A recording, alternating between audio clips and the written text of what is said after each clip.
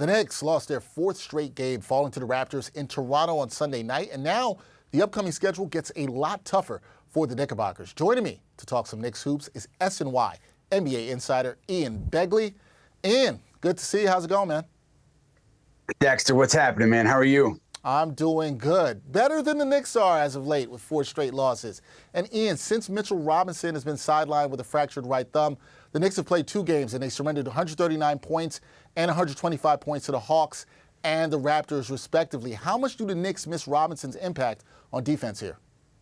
A great deal, Dexter. I mean, Mitchell Robinson did so much for them defensively, guarding pick and rolls. Obviously, we all know what he does around the rim, but also just his presence down there, I think, made players think twice, hesitate a little bit, because they knew he was around the rim and they knew there was a potential for him at least altering their shot. But then offensively, too, the offensive rebounds, he was one of the best offensive rebounders in the league, got the Knicks a lot of second chance opportunities. So just incredibly valuable on both ends of the floor. And you're starting to see that value if you're the Knicks, not in the way you want to over the last two games. Yeah, not the way they'd want to at all. Tough loss, obviously, for the Knicks north of the border. But Obi Toppin, he was a bright spot offensively, at least here. He scored 14 points off the bench. Do the Knicks need him to step up offensively for a bench unit that has struggled to score? Yeah, they need points from the bench. I mean, whether it comes from him, whether it comes from Deuce McBride, whether it comes from, usually it's come from Emmanuel Quickly, but Quickly was out with a knee injury. But yeah, they need production off the bench. So yeah, Toppin or anybody else. And I thought Toppin played well in the first half there. He did not play in the third quarter. Knicks were inching their way back in the game.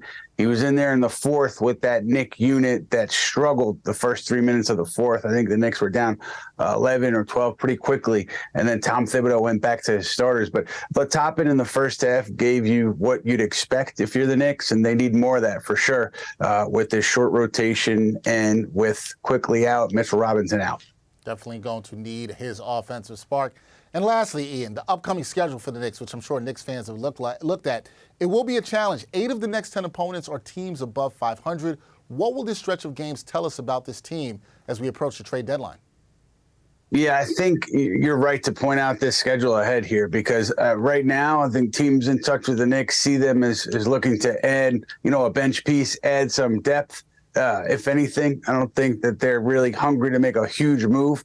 But I think if the Knicks start to struggle, if things start to nosedive and they get to several games under 500, they're losing a bunch of games, I could see maybe them being more open to being aggressive in the trade market and making a bigger move, because they need to win games this year. So, this schedule coming up, I think Dexter will tell you a lot about how the Knicks approach things on February 9th, that trade deadline.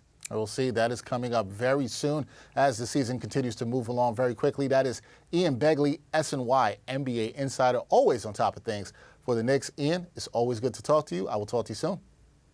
Sounds good, my friend. Likewise. Always.